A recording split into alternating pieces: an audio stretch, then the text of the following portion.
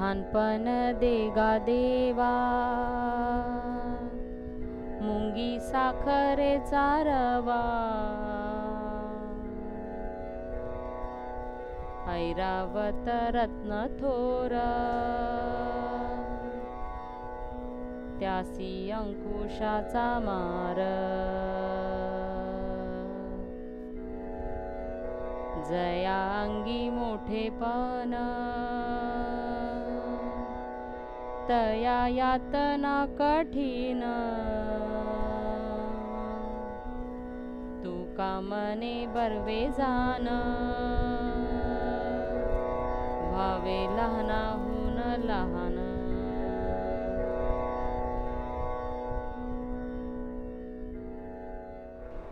लहानपण देगा देवा, मुंगी साखरेचा रवा, ऐरावत रत्न थोर, त्यासी अंकुशाचा मार, जया अंगी मोठेपण, तया यातना कठीण, तुका म्हणे बर्वे जाण, व्हावे लहानाहून लहान. संसारात राहून परमार्थ कसा साधावा हे जनसामान्यांना शिकवलं संत तुकाराम महाराजांनी. स्वतः पांडुरंगाने आपला सर्वात आवडता भक्त म्हणून तुकोबांना कळसाचं स्थान दिलं. याच तुकोबारायांनी आपल्या अवीट अभंगाने एकीकडे विठ्ठलाची स्तुती केली तर दुसरीकडे समाज प्रबोधनही केलं. लहानपण देगा देवा या अभंगातून हाच प्रत्यय येतो.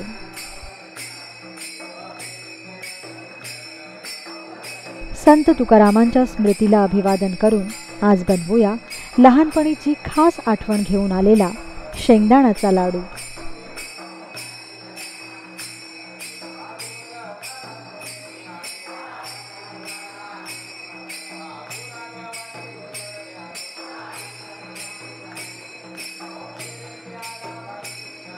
शेंगदाण्याच्या या लाडवात भलेही महागडा सुकामेवा नसेल, पण यात असतो भक्तीचा भाव आणि आईच्या मायेचा हात.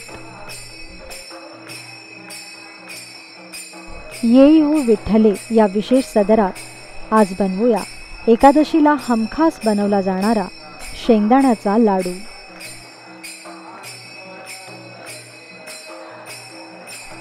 शेंगदाण्याचा लाडू बनवण्यासाठी आपल्याला लागेल 1 वाटी शेंगदाणे आणि 1 वाटी गूळ. सर्वप्रथम शेंगदाणे तव्यात भाजून घ्या.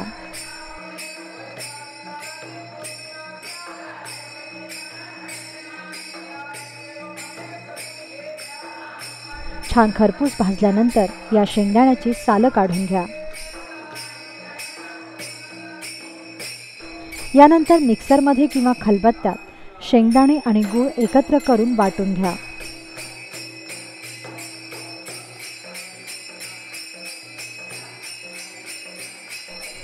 आता वाटलेली ही भरड एका परातीत काढून घ्या.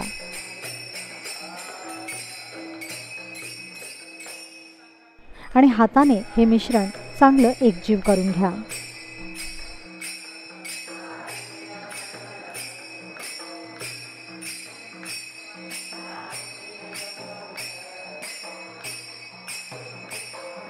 यानंतर शेंगदाण्याच्या आणि गुळाच्या या भरडीचे असे लाडू वळून घ्या.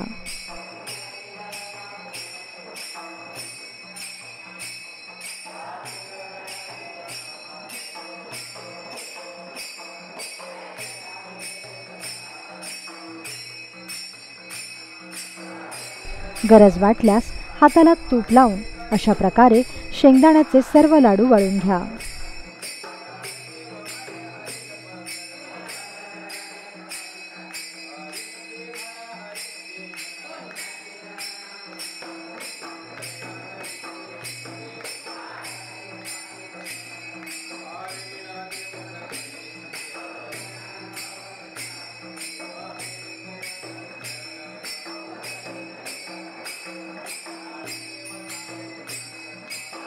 तयार झाले शेंगदाण्याचे लाडू.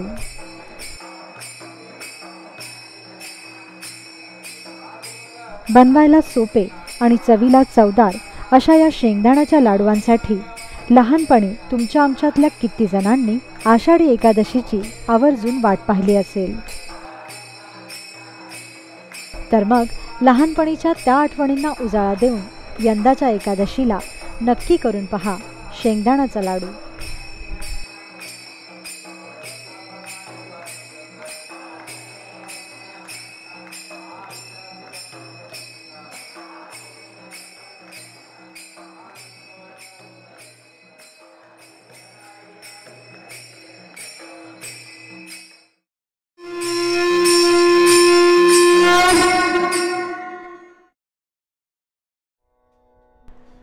वैष्णवा घरी सर्व काळ सदा झणझणती टाळ. कण्या भाकरीचे खाणे गाठी रामनाम नाणे. फराळासी पीठ लाह्या घडी घडी पडती पाया. नामा म्हणे नेनती काही चित्त अखंड विठ्ठल पायी. वारकरी संप्रदायातील एक मोठं नाव म्हणजे संत नामदेव. संत ज्ञानेश्वर आणि संत तुकारामांनी लावलेल्या विठ्ठल भक्तीच्या रोपट्याचं रूपांतर संत नामदेवांनी कल्पवृक्षात केलं. स्वतः संत नामदेवांनी वैष्णवांना अतिप्रिय अशा लाह्यांचा उल्लेख आपल्या या अभंगात केला आहे. आणि शेकडो वर्षांपासून सुरू असलेल्या पंढरीच्या वारीच्या प्रथेत आजही सामील होणारा प्रत्येक वारकरी आपल्या शिदोरीत आवर्जून बांधून नेतो या लाह्या, तहान लाडू आणि भूक लाडूच्या रूपात. या लाह्या म्हणजेच राजगिरा आणि हे तहान लाडू भूक लाडू म्हणजे राजगिराचा लाडू.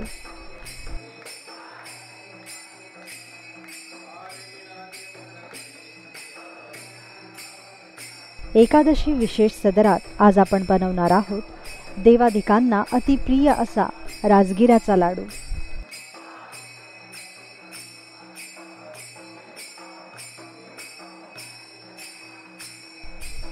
राजगिराचा लाडू बनवण्यासाठी आपल्याला लागेल 100 ग्राम राजगिरा, 100 ग्राम चिक्कीचा गूळ आणि 3 ते 4 चमचे तूप. सर्वप्रथम एक जाड बुडाची लोखंडी कढई तापवायला ठेवा. कढई तापल्यानंतरच थोडा राजगिरा यात घाला आणि कपड्याने दाबून अशा प्रकारे राजगिरा फुलवून घ्या. 2 ते 3 मिनिटात राजगिऱ्याच्या लाह्या फुलायला सुरुवात होईल. लक्षात ठेवा की राजगिऱ्याच्या लाह्या फुलवताना अगदी थोडा थोडा राजगिराच कढईत घ्यावा आणि कढई जर जास्त तापली असेल तर राजगिरा करपण्याची शक्यता असते. त्यामुळे मंद आचेवरच या लाह्या फुलवून घ्या किंवा कढई तापवून गॅस बंद करून घ्या आणि मग लाह्या फुलवा. थोडा थोडा करत अशा प्रकारे सर्व लाह्या फुलवून घ्या आणि मग या लाह्या परातीत काढून घ्या. आता याच तापलेल्या कढईत 1 ग्लास पाणी घ्या आणि यात गूळ घाला.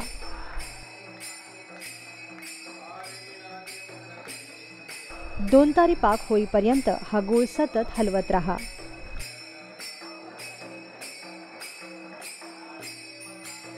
साधारणतः 5 मिनिटात गूळ वितळेल आणि पाक बनायला सुरुवात होईल. राजगिऱ्याच्या लाडूला कधीही चिक्कीचा गूळ वापरा. यामुळे राजगिऱ्याच्या लाडूचा रंग बदलणार नाही आणि जर तुम्ही चिक्कीचा गूळ वापरला नाहीत तर हा राजगिऱ्याचा लाडू हलकासा तांबूस होण्याची शक्यता असते.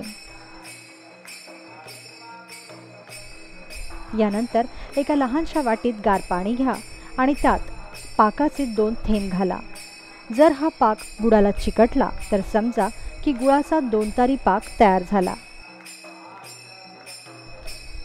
पाक तयार झाला की मग यात फुलवलेल्या राजगिऱ्याच्या लाह्या घाला आणि 2 ते 3 मिनिटांसाठी हे मिश्रण चांगलं परतून एकजीव करून घ्या.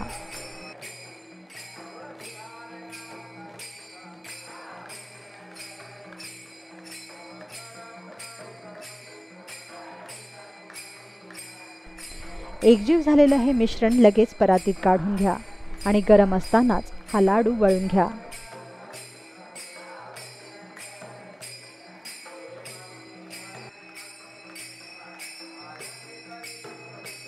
लक्षात ठेवा की लाह्या थंड झाल्यावर लाडू वळता येणार नाहीत.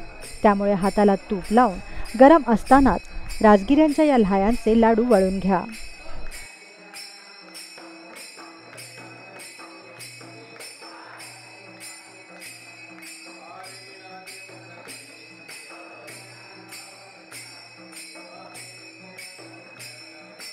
तयार झाले राजगिऱ्याचे लाडू.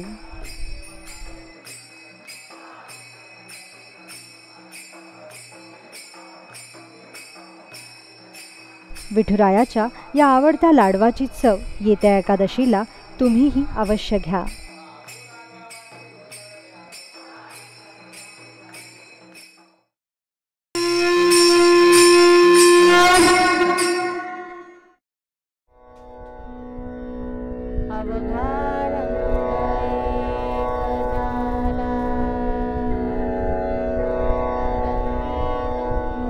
अवघा रंग एक झाला, रंगी रंगला श्रीरंग. मी तू पण गेले वाया, पाहता पंढरीच्या राया.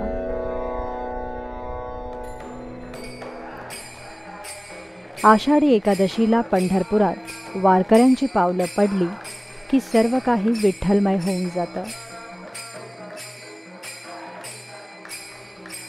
विठ्ठल नामाच्या गजराने आसमंत भरून जातो आणि मग सावळा श्रीरंगही भक्तीच्या या रंगात रंगून जातो. विठ्ठल भेटीच्या या सोहळ्याचं अभूतपूर्व वर्णन केलंय संतश्रेष्ठी श्री ज्ञानेश्वर माऊलींनी. अजी सोनियाचा दिनो, वर्षे अमृताचा घन. एकादशीच्या याच सोनियाच्या दिवशी ज्ञानेश्वर माऊलींना अभिवादन करत अमृताहुनी गोड असं विठ्ठलाचं नाव घेत आज बनवूया अमृततुल्य अशी रताळ्याची खीर.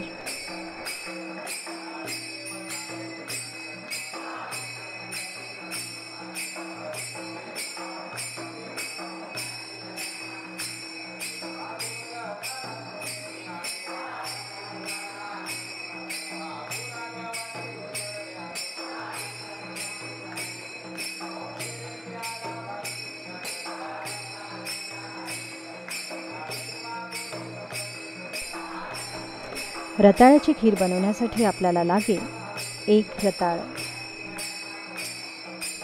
150 ग्राम गूळ, 7 ते 8 काजूचे काप, 1 लिटर दूध आणि 3 ते 4 चमचे साजूक तूप. सर्वप्रथम वाहत्या पाण्यात रताळ स्वच्छ धुवून घ्या.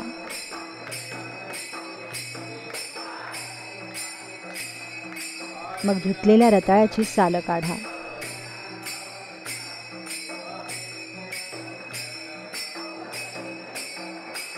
यानंतर एक किसणी घ्या आणि या किसणीने रताळं किसून घ्या.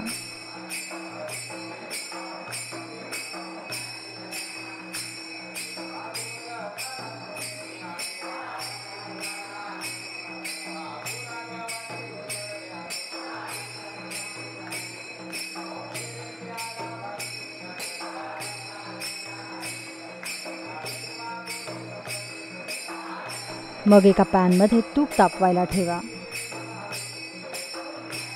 आणि तापलेल्या तुपात काजूचे काप घाला.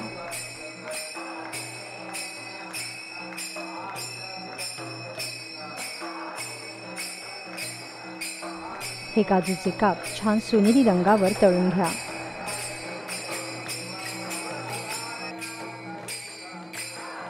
यानंतर किसलेलं रताळं या तुपात घाला आणि रताळ्याचा किस तुपावर छान परतून घ्या.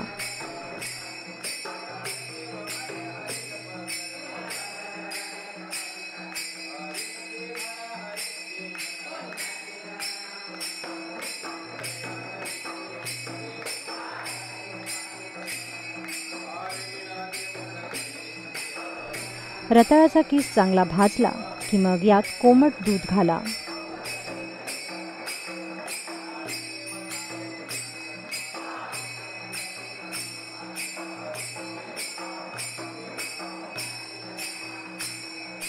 दूध घालताना आच अगदी मंद ठेवा, नाहीतर दूध फाटण्याची शक्यता असते. लक्षात ठेवा की रताळ्याच्या खिरीसाठी तापवून गार केलेलं दूधच वापरायचं आहे.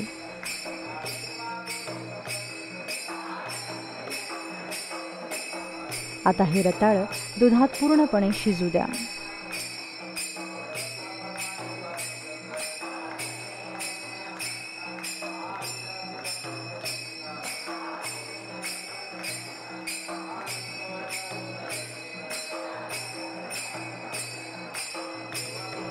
दूध खाली लागता कामा नये म्हणून ही खीर सतत ढवळत राहा.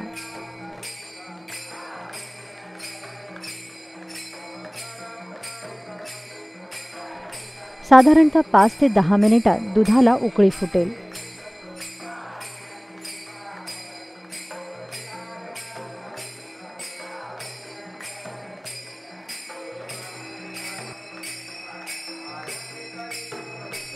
दुधाचा रंग बदलला आणि दूध आटू लागलं की गॅस बंद करा.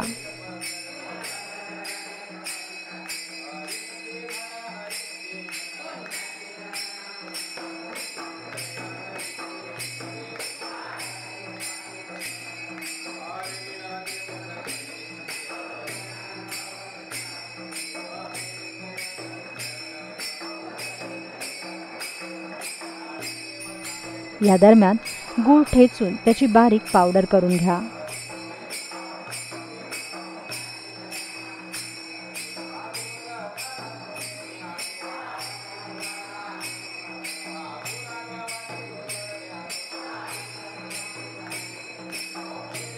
आणि गार होत असलेल्या खिरीत हा गूळ घाला. दुधाच्या उबीतच हा गूळ पूर्णपणे वितळेल. त्यामुळे या खिरीला गॅसवर न शिजवता खालीच त्यात गूळ घाला आणि हा गूळ शिजू द्या. उकळत्या दुधात जर आपण गूळ घातला तर दूध फाटतं, म्हणून गार झालेल्या दुधातच आपल्याला हा गूळ घालायचा आहे. आता साधारणतः 2 ते 3 मिनिटं ही खीर ढवळत राहा. तयार झाली रसाळ रताळ्याची गोड खीर.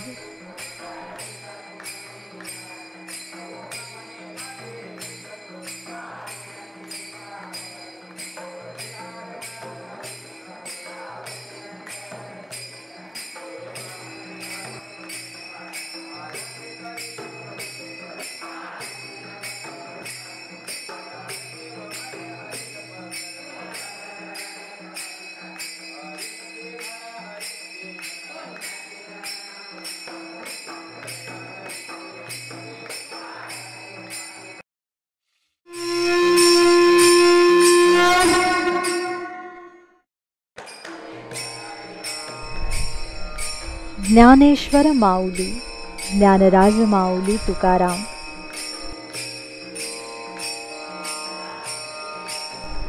बाप आणि आई माझे विठ्ठल रखुमाई. ज्ञानदेवे रचिला पाया तुका झालासी कळस.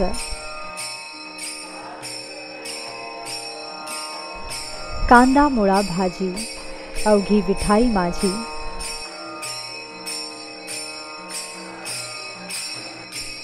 कानडाव विठ्ठलू करी नाटकू तेणे मज लावियला वेधू.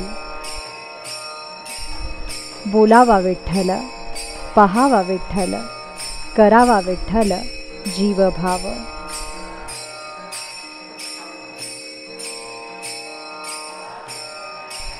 आषाढ सुरू झाला की वेध लागतात विठ्ठलाचे आणि मग पाऊले आपसूक चालू लागतात पंढरीची वाट. शेकडो वर्षांपूर्वी संत ज्ञानेश्वरांनी वारकरी संप्रदायाचा पाया रचला आणि संत तुकाराम महाराजांनी याचा विस्तार केला आणि शेकडो वर्षांपूर्वीची ही परंपरा आजही वारकरी संप्रदायाने यथायोग्य जपली आहे. तहान भूक हरवून वारकरी विठ्ठलाच्या मुखदर्शनासाठी हजारो मैल चालत असतो, पण अलंकापुरीत आपल्या भक्तांची वाट पाहत असलेल्या विठ्ठलाला मात्र आपल्या या वारकऱ्याच्या भाकर आणि तुकड्याची काळजी असते. आणि मग दिंडीत माऊली स्वतः आपल्या भक्तांची क्षुधा भागवते, कधी चांदक्याच्या डाळीने तर कधी भोपळ्यांच्या घाऱ्यांनी. येऊ विठ्ठले या आषाढी एकादशी विशेष सदरात आपण बनवणार आहोत काही पारंपरिक, जुन्या, लोप पावत असलेल्या दिंडीतल्या आणि वारीतल्या पाकविधी. याच सदरात आज आपण बनवूया शेंगदाण्याची पोळी. एकादशीचा उपवास हा पुरणपोळीच्या गोड जेवणानेच सोडला जातो, पण महाराष्ट्रात काही ठराविक प्रांतात आजही शेंगदाण्याच्या पोळीनेच एकादशी सोडली जाते. तर मग जय हरी विठ्ठल म्हणत सुरुवात करूया शेंगदाण्याच्या पोळ्या बनवायला. शेंगदाण्याच्या पोळ्या बनवण्यासाठी आपल्याला लागेल 1 वाटी शेंगदाणे, 1 वाटी गूळ, 4 ते 5 चमचे सफेद तीळ, 1 नग सुंठ, 2 चमचे बडीशेप, 1 वाटी गव्हाची मळलेली कणिक, चिमूटभर मीठ आणि आवडीप्रमाणे तूप.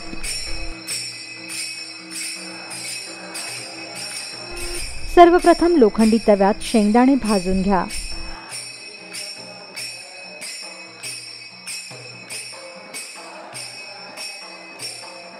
पाच मिनिटे शेंगदाणे भाजले की मग एका कपड्यात बांधा आणि सपाट भागावर 2 ते 3 वेळेस असे धोपटून घ्या.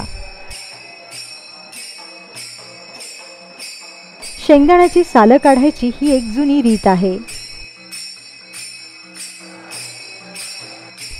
आता शेंगदाणे पाखडून घ्या आणि साली वेगळ्या करा.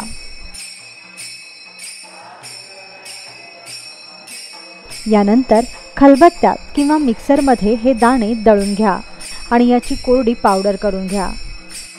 मग सफेद तीळही तव्यात भाजून घ्या. यानंतर गूळ किसून घ्या आणि किसलेला गूळ दाण्याच्या कुटात मिक्स करा. वरून यात भाजलेले तीळ घाला. चिमूटभर मीठही घाला. सर्वात शेवटी यात सुंठ बडीशेप पूड घाला आणि हे पुरण हाताने चांगलं कालवून एकजीव करून घ्या. सुवासासाठी यात थोडंसं तूपही सोडा. यानंतर गव्हाच्या कणकेचा एक पेढा घ्या आणि त्याची खोलगट वाटी तयार करून त्यात शेंगदाण्याचं हे पुरण भरा.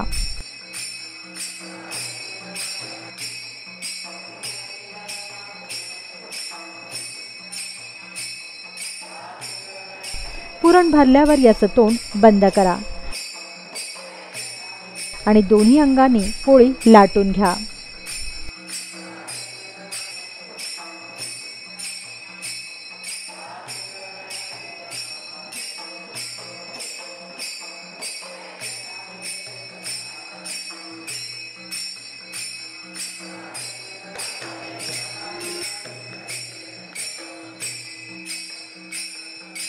तापलेल्या तव्यात मग ही पोळी छान सोनेरी रंगावर खरपूस भाजून घ्या.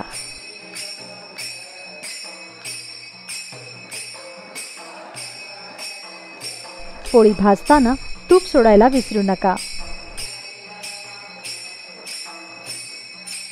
तयार झाल्या पारंपरिक पद्धतीच्या शेंगदाण्याच्या पोळ्या.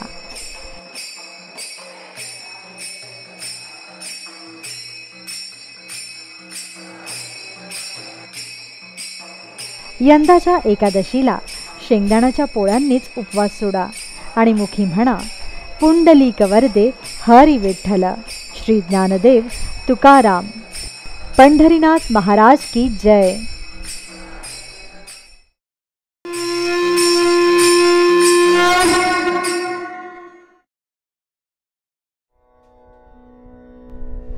कांदा मुळा भाजी.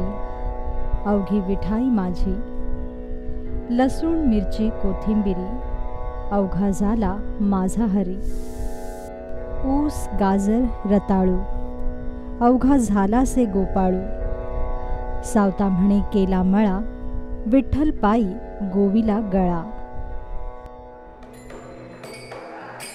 भाज्यांच्या मळ्याची मशागत करत करत पांडुरंगाचं नामस्मरण करून सावता माळाने आपल्या भोळ्या भाबड्या भक्तीने विठुरायाला प्रसन्न केलं आणि संत ज्ञानेश्वर, संत तुकाराम, संत एकनाथ या संत श्रेष्ठींच्या पंक्तीत थेट जाऊन बसला संत सावतामाळी बनून. याच संत सावतामाळीच्या मळ्यात उगवलेल्या रताळ्याचा एक खास प्रकार आज आम्ही घेऊन आलो खास तुमच्यासाठी. एकादशी विशेष सदरात आज आपण बनवणार आहोत अतिशय पारंपरिक, अतिशय जुनी, ठेवणीतली आणि लोप पावत चाललेली पाकविधी रताळ्याच्या भातुड्या.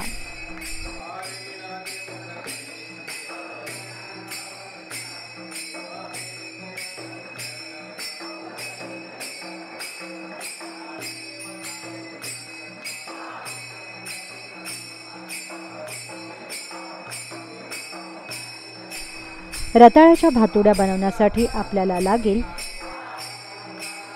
एक रताळं, 100 ग्राम गूळ आणि 3 ते 4 चमचे साजूक तूप. सर्वप्रथम वाहत्या पाण्यात रताळं स्वच्छ धुवून घ्या.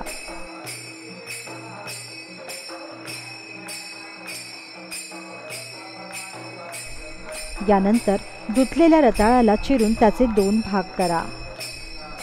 आता हे रताळं कुकरमध्ये शिजवून घ्या. 3 शिट्ट्यात रताळं शिजतं.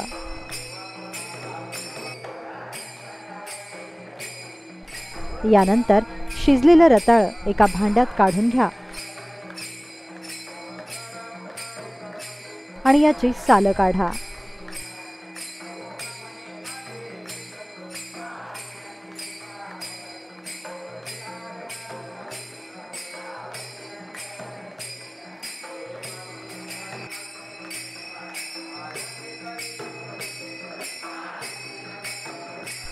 आता ठेचलेला किंवा किसलेला गूळ या रताळ्यांमध्ये घाला.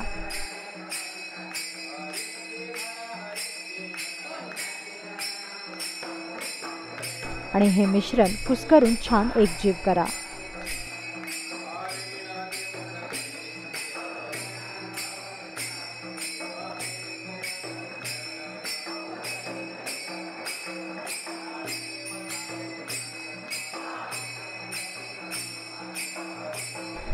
यानंतर प्लास्टिकच्या एका पेपरला तूप लावून घ्या आणि रताळं व गुळाच्या मिश्रणाचे गोळे त्यावर ठेवा आणि थापटून थापटून अशा प्रकारे रताळ्याच्या भातुड्या तयार करून घ्या.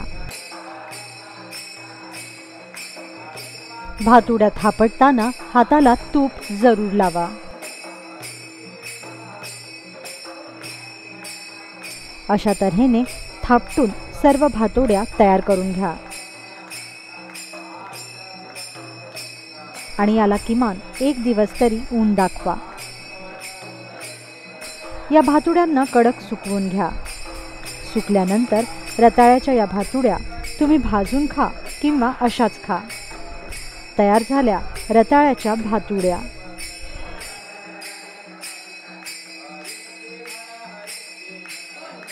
गावाकडे विठ्ठलाच्या वारीला निघाल्यावर वारकरी आपल्या शिदोरीत हमखास बांधून नेतो रताळ्याच्या भातुड्या.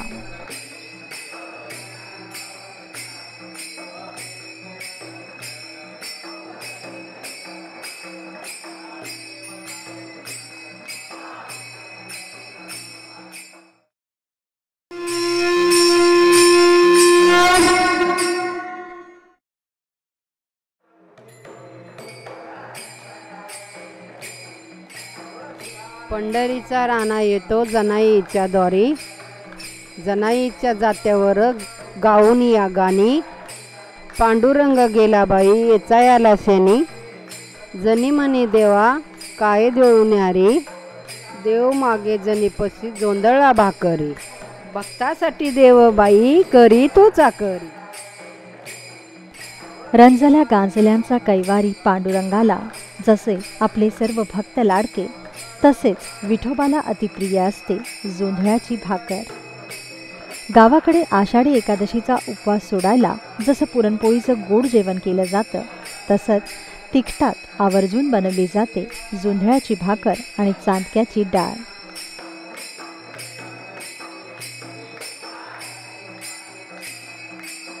आज आपण बनवणार आहोत गावाकडचीच एक जुनी पारंपरिक ठेवणीतील पाकविधी, चांदक्याची डाळ.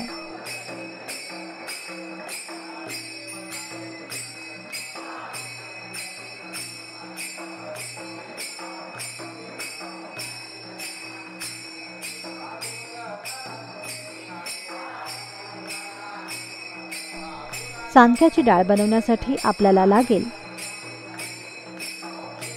1 वाटी तूर डाळ, 150 ग्राम गव्हाचं पीठ, 2 चमचे बेसन, 1 चमचा जिरे, 1 चमचा मोहरी, 4 ते 5 काळी मिरी, 1 चमचा ओवा,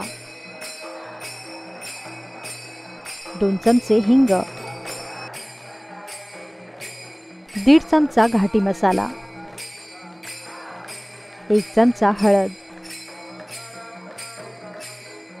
1 टोमॅटो, 7 ते 8 लसणाच्या पाकळ्या, 4 ते 5 कढीपत्त्याची पानं, ताजी कोथिंबीर, चवीपुरतं मीठ आणि फोडणीसाठी साजूक तूप. सर्वप्रथम तूर डाळ स्वच्छ धुवून निथळून घ्या. यात योग्य पाणी घालून ही डाळ 10 मिनिटांसाठी भिजवत ठेवा.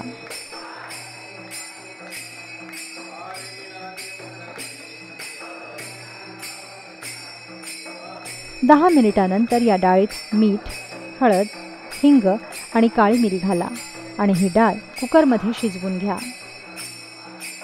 डाळ शिजेपर्यंत खलबत्त्यात लसूण, ओवा आणि जिरं एकत्र करून कुटून घ्या.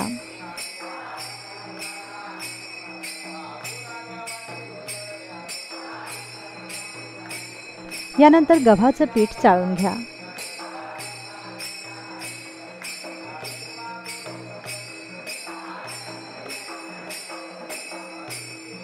आणि त्यात चिरलेली कोथिंबीर घाला. मग 2 चमचे बेसन घाला. आता यात कुटलेला मसाला घाला. वरून यात हळद आणि 1 चमचा तूप घाला. आता हे पीठ हाताने चांगलं फेसून घ्या. पाणी न घालता 5 मिनिटांपर्यंत हे पीठ आपल्याला असंच कोरडं फेसून घ्यायचंय. आता यात मीठ घाला आणि पीठ पुन्हा एकदा 2 ते 3 मिनिटांसाठी फेसा. मग यात पाणी घालून याची घट्टसर कणिक मळा.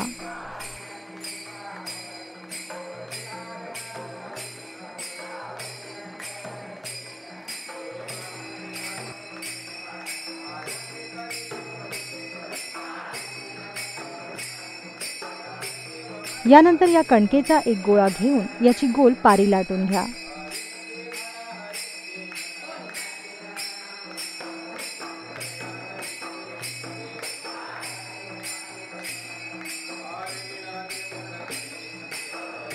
आता गोल आकाराचा साचा या पारीवर ठेवा आणि चंद्राप्रमाणे गोलाकाराच्या लाट्या कापून घ्या आणि बाकीचे पीठ लाट्यांपासून वेगळ्या करा. तयार झाल्या चंद्रासारख्या दिसणाऱ्या खमंग चांदक्या. आता कढईत तूप तापवायला ठेवा.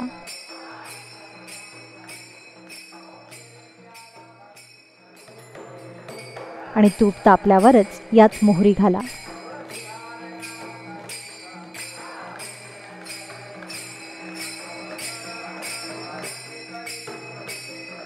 मोहरी तडतडल्यानंतर मग यात कढीपत्त्याची पानं घाला. कढीपत्त्याचा सुवास सुटला की मग यात हिंग घाला. हिंग छान भाजलं की मग यात बारीक चिरलेला टोमॅटो घाला.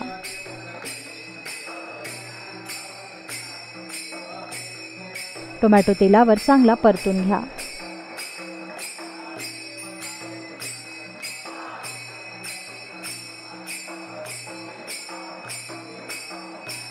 मग यात घाटी मसाला घाला आणि पाणी घालून तेलात हा मसाला शिजू द्या.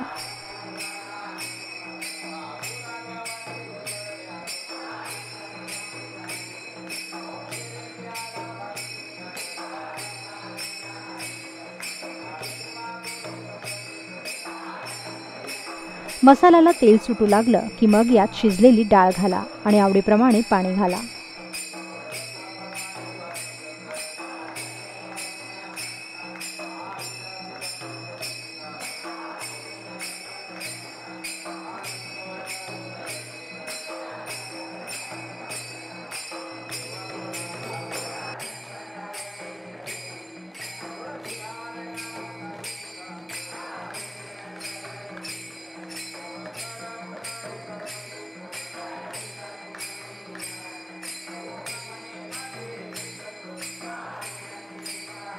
डाळीला घट्टपणा आणण्यासाठी रवीने ही डाळ घोटली तरी चालेल.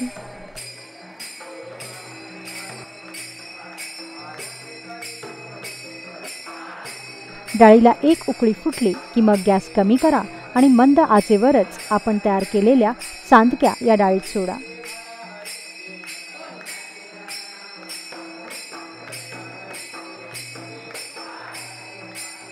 डाळ शिजताना आपण मीठ घातलेलं आहे, त्यामुळे लक्षात ठेवा की या डाळीत वरून मीठ घालू नये.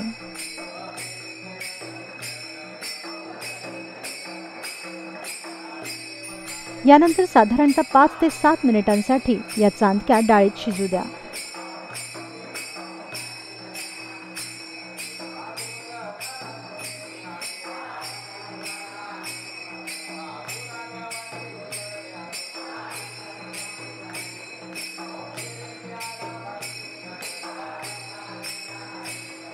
पाच ते 7 मिनिटांनंतर या चांदक्या फुगून वर आल्या की समजा चांदक्या शिजल्या, म्हणजेच चांदक्याची डाळ तयार झाली.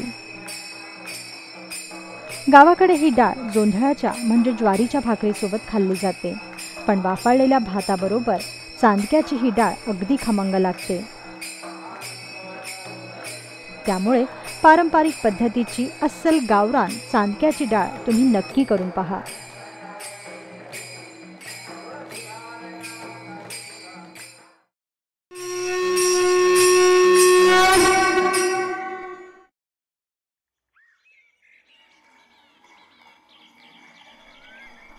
जनी जाय पाणी आसी,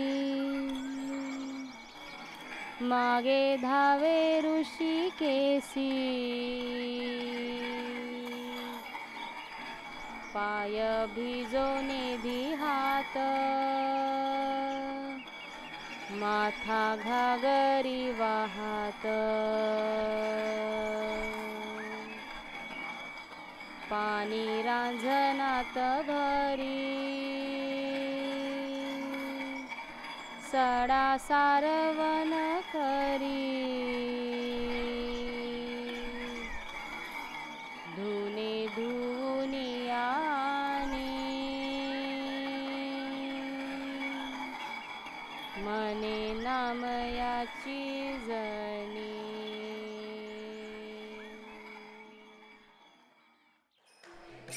जनी जाय पाणी आसी, मागे धावे ऋषिकेशी.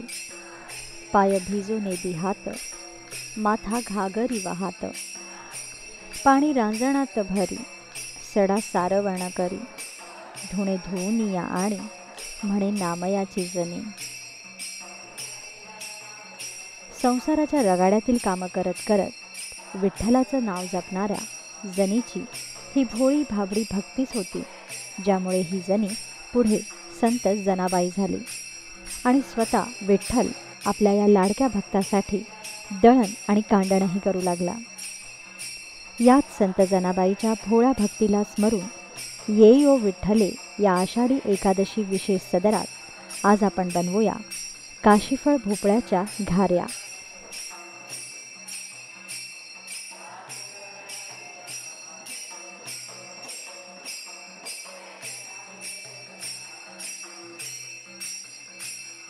बाजारात हमखास दिसणारा पण स्वयंपाकघरात क्वचितच वापरला जाणारा भोपळ्याचा एक प्रकार म्हणजे काशीफळ भोपळा.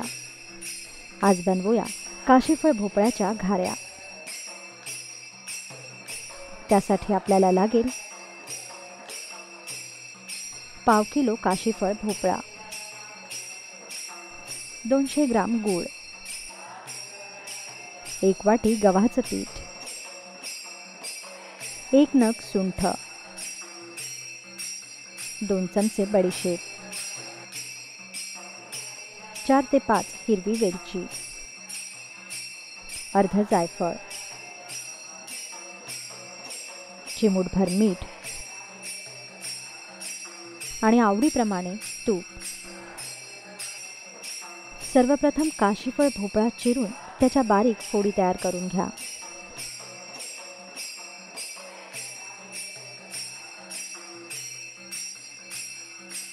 या फोडी कुकरमध्ये पाणी घालून शिजवून घ्या. 3 शिट्ट्यांमध्ये हा भोपळा शिजेल. यानंतर पाट्यावर किंवा खलबत्त्यात सुंठ ठेचून घ्या. नंतर जायफळही ठेचा आणि यात बडीशेप व वेलची घालून या सर्वांची कोरडी पूड तयार करून घ्या.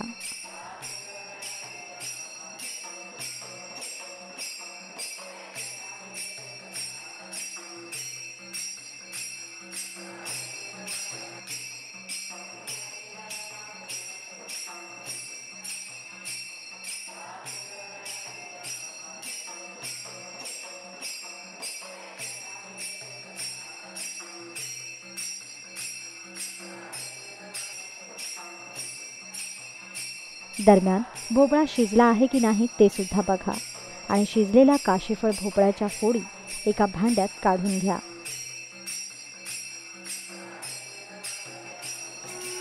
आता एका परातीत मीठ घ्या आणि त्यात शिजलेल्या भोपळ्याच्या साली काढून वेगळा केलेला गर घ्या.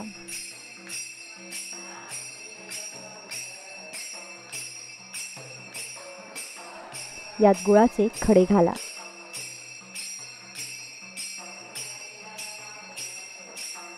वरून सुंठ, बडीशेप, वेलची आणि जायफळाची पूड घाला. आता या गुळाचे खडे अशा तऱ्हेने ठेचून घ्या.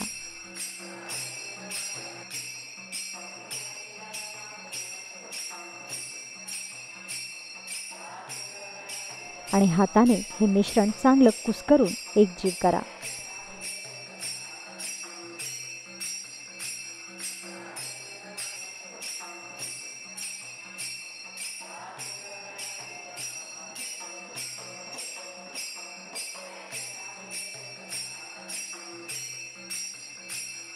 गुळाचे खडे पूर्णपणे फोडून घ्या.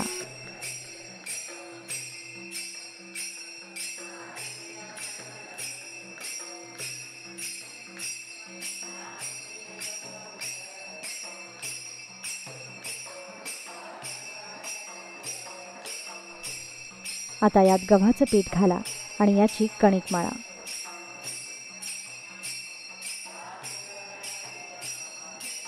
लक्षात ठेवा की शिजलेल्या भोपळ्याच्या आणि गुळाच्या पाण्यातच हे पीठ मळायचंय.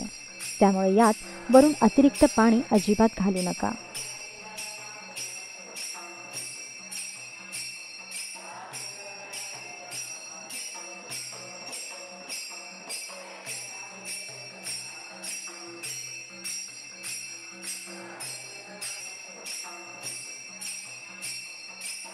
आता या पिठाचे पेढे तयार करून घ्या आणि दोन्ही अंगांनी भोपळ्याच्या घाऱ्या लाटून घ्या.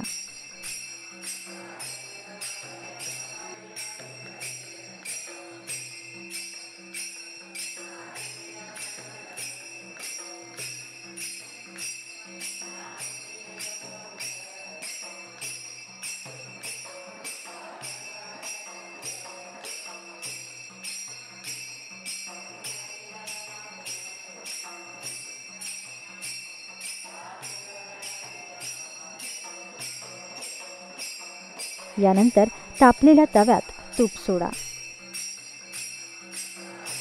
आणि तुपावर या घाऱ्या खरपूस भाजून घ्या.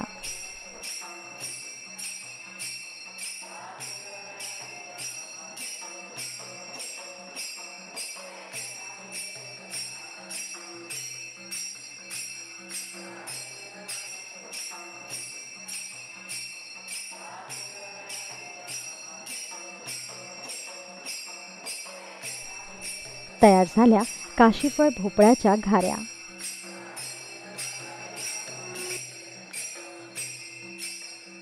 बनवायला अगदी सोप्या आणि चवीला अतिशय चवदार अशा काशीफळ भोपळ्याच्या या घाऱ्या एकादशीच्या निमित्ताने जरूर करून पहा आणि आपला अभिप्राय जरूर कळवा.